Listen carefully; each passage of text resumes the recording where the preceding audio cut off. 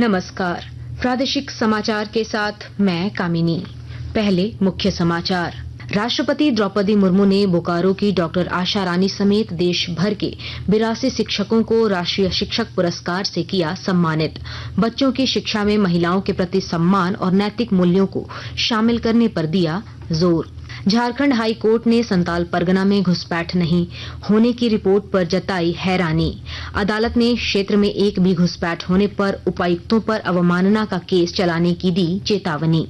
उत्पाद विभाग में पुलिस की बहाली दौड़ प्रक्रिया 10 सितंबर से 13 सितंबर तक 6 केंद्रों पर की जाएगी पूरी। पलामू के 42,000 अभ्यर्थियों की दौड़ 19 और 20 सितंबर को होगी। चतरा जिले की टंडवा पुलिस और एटीएस ने संयुक्त कार्रवाई कर 4 नक्सलियों को किया गिरफ्तार। बड़ी घटना को अंजाम देने की कर रहे थे तैयारी।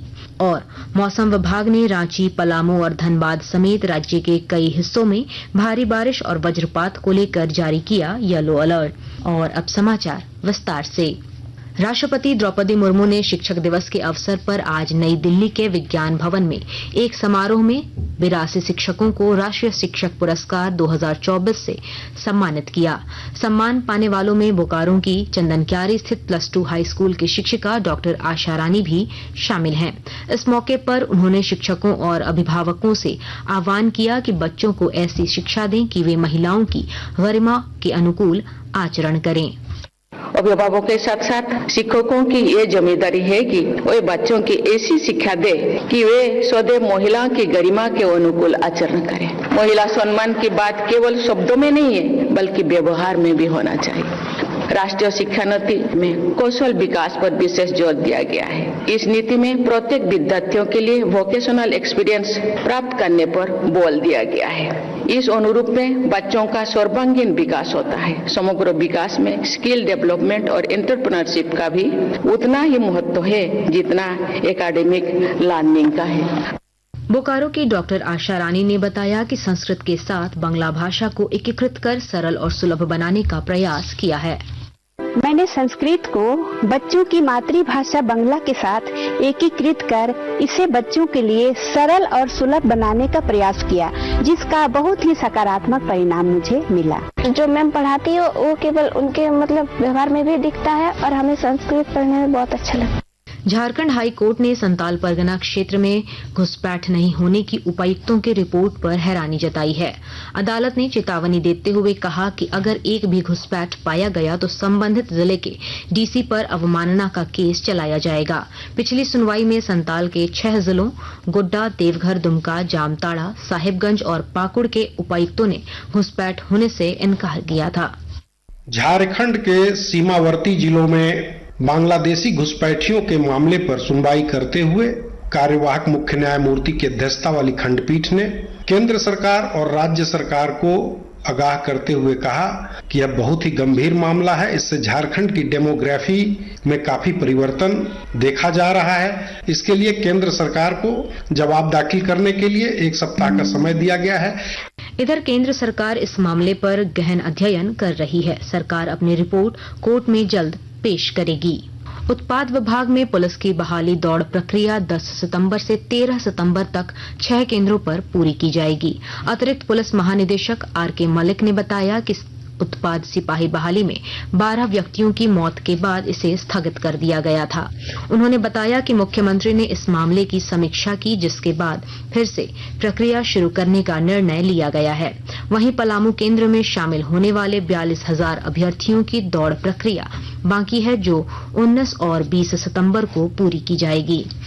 चतरा जिले की टंडवा पुलिस और एटीएस ने संयुक्त कार्रवाई करते हुए 4 नक्सलियों को गिरफ्तार किया है। टंडवा के अनुमंडल पुलिस पदाधिकारी प्रभात रंजन बरवार ने आकाशवाणी को बताया कि टंडवा पिपरवार क्षेत्र में टीएसपीसी नक्सली संगठन के जोनल कमांडर अभिषेक, सब जोनल कमांडर ऋषिकेश अपने सहयोगियों के साथ किसी बड़ी घटना को अंजाम देने की फिराक में था।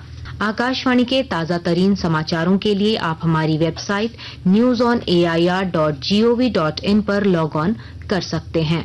ताजा समाचार X handle @AIR news alerts और Facebook page All India Radio news पर भी उपलब्ध है। अब प्रादेशिक समाचार एकांश के X handle @AIR news _Ranchi और फेसबुक, इंस्टाग्राम पेज तथा YouTube channel AIR news Ranchi पर भी हमारे बुलेटिन सुन सकते हैं। प्रादेशिक समाचार आप आकाशवाणी रांची से सुन रहे हैं। राज्य सरकार की ओर से गुमला जिले में आज आपकी योजना आपकी सरकार आपके द्वार कार्यक्रम का आयोजन किया गया। मुख्यमंत्री हेमंत सोरेन ने कहा कि कार्यक्रम के इस चौथे चरण में जरूरतमंद लोगों को हक और अधिकार देने और विभिन्न योजनाओं से जोड़ने का प्रयास किया जा रहा है। इस मौके पर मुख्यमंत्री ने गुमला और लोहरदगा जिले में लगभग 350 योजनाओं का शिलान्यास और उद्घाटन किया।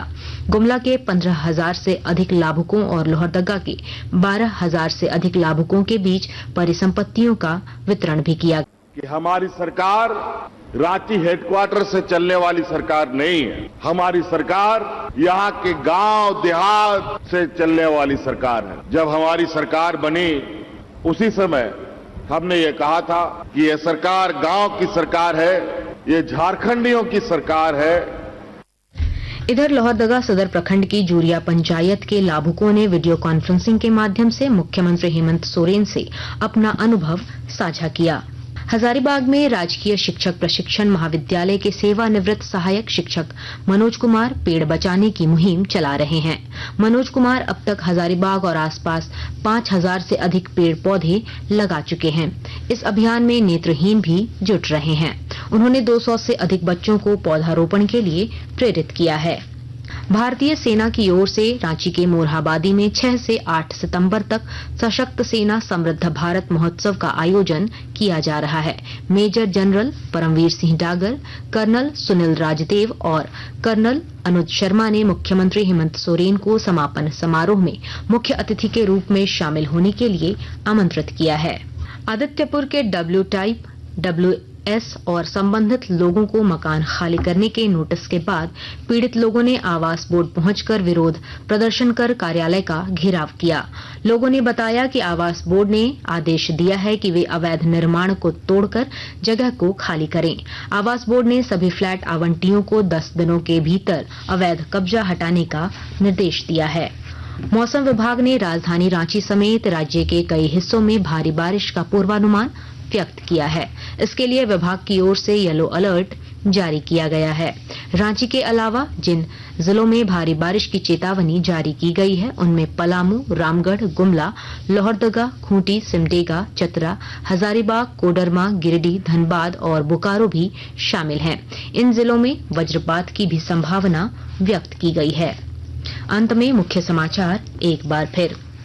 राष्ट्रपति द्रौपदी मुर्मू ने बोकारो की डॉक्टर आशा रानी समेत देश भर के 82 शिक्षकों को राष्ट्रीय शिक्षक पुरस्कार से किया सम्मानित। बच्चों की शिक्षा में महिलाओं के प्रति सम्मान और नैतिक मूल्यों को शामिल करने पर दिया जोर। झारखंड हाई कोर्ट ने संताल परगना में घुसपैठ नहीं होने की रिपोर्ट पर जताई हैरानी। अदालत ने क्षेत्र में एक भी घुसपैठ होने पर उपायुक्तों पर अवमानना का केस चलाने की दी चेतावनी। उत्पाद विभाग में पुलिस की बहाली दौड़ प्रक्रिया 10 सितंबर से 13 सितंबर तक 6 केंद्रों पर की जाएगी पूरी। पलामू के 42,000 अभ्यर्थियों की दौड़ 19 और 20 सितंबर को होगी। चतरा जिले की टंडवा पुलिस और ATS ने संयुक्त कार्रवाई कर 4 नक्सलियों को किया गिरफ्तार। बड़ी घटना को अंजाम देने की कर रहे थे तैयारी। और मौसम विभाग ने रांची, पलामू और धनबाद समेत राज्य के कई हिस्सों में भारी बारिश और वज्रपात को लेकर जारी किया येलो अलर्ट।